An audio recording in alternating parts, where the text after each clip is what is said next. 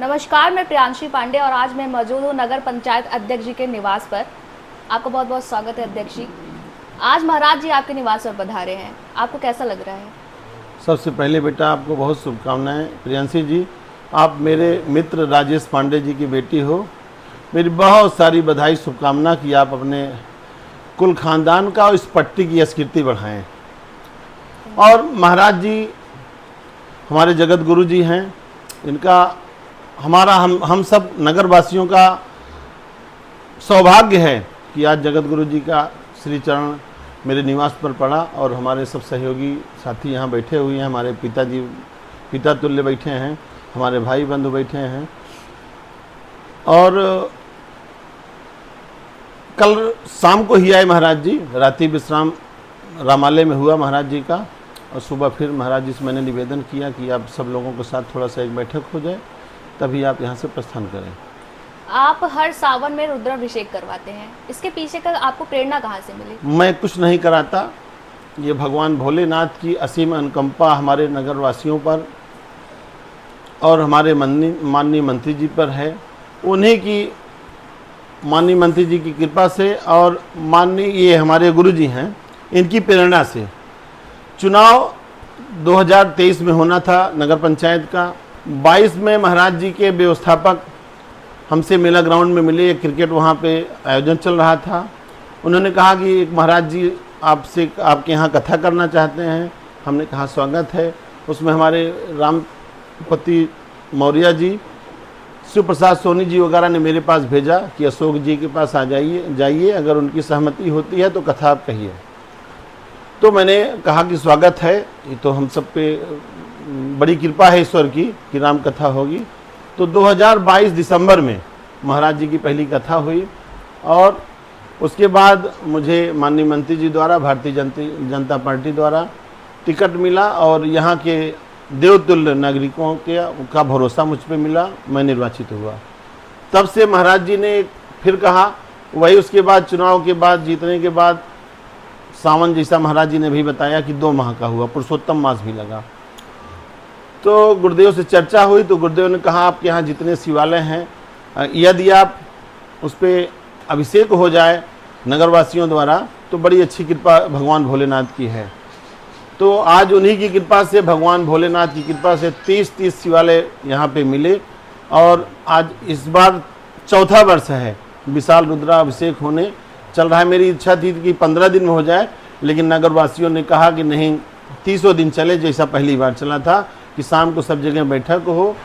तो 30 जुलाई से चलकर 28 जुलाई तक रुद्राभिषेक होगा और 3 दिवस महाराज जी का शिव पुराण कथा भी होगा। संभवतः वो कथा शिवतारा मंदिर पर ही भगवान सुने। इस बार सावन में नगर पंचायत की तरफ से क्या क्या व्यवस्थाएं हैं?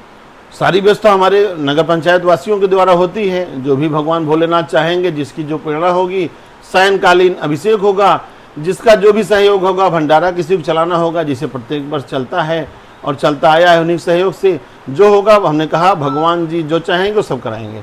हमारे नगरवासियों की इतनी कृपा हम पर रहती है कि जो भी कार्य होता है, चाहे यहाँ पे राम कथा हुई हो, शिव पुराण कथा हुई हो, जो भी कार्य होता है, और रामलला के प्राण प्रतिष्ठा पर विशाल शोभा यात्रा जो 6 किलोमीटर माननीय मंत्री जी पैदल चलकर पूरे नगर का भ्रमण किए, वो भी एक उदाहरण रहा पूरे प्रदेश में।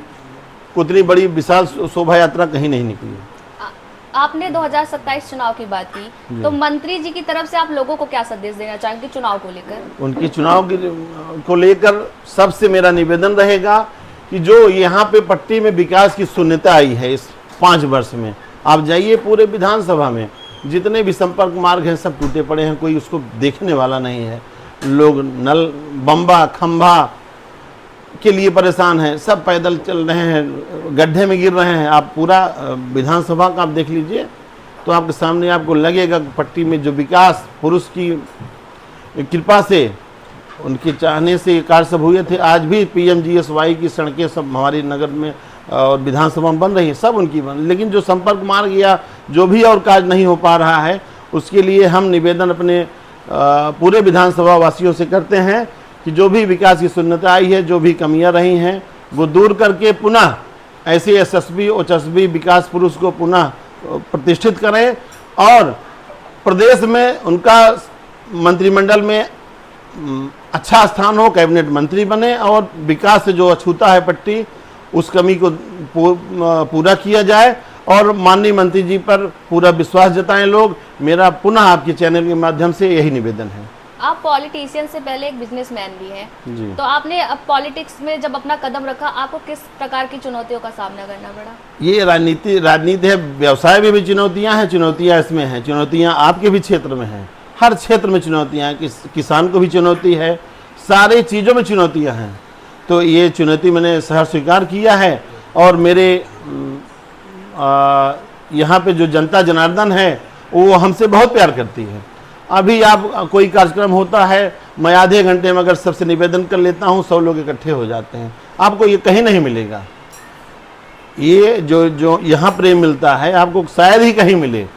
इतना बड़ा बड़ा कार्यक्रम प्रभु यहाँ कराते हैं सब नगरवासियों के पास। मैं कुछ नहीं करता, मैं तो एक माध्यम मात्र हूँ कि मुझे ऐसा आचार्य और गुरुदेव मिले हैं जो मेरा मार्ग सब प्रशस्त करते हैं, अच्छी शिक्षा देते हैं और हर विषम परिस्थितियाँ मेरे पास कई बार आई, सबसे मैं अवमुक्त हुआ और भगवान की कृपा सदैव इस नगर पंचायत पर बनी रहे, हम सब पर बनी रहे।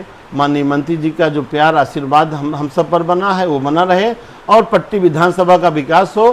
पुनः मैं सबके श्री चरणों में पूरे विधानसभा के निवासियों के मतदाताओं के श्री चरणों को प्रणाम करके निवेदन करता हूं कि पुनः पट्टी में विधानसभा में कमल खिलाएं और माननीय मंत्री जी को विजयी बनाकर भेजें और वो कैबिनेट मंत्री बने।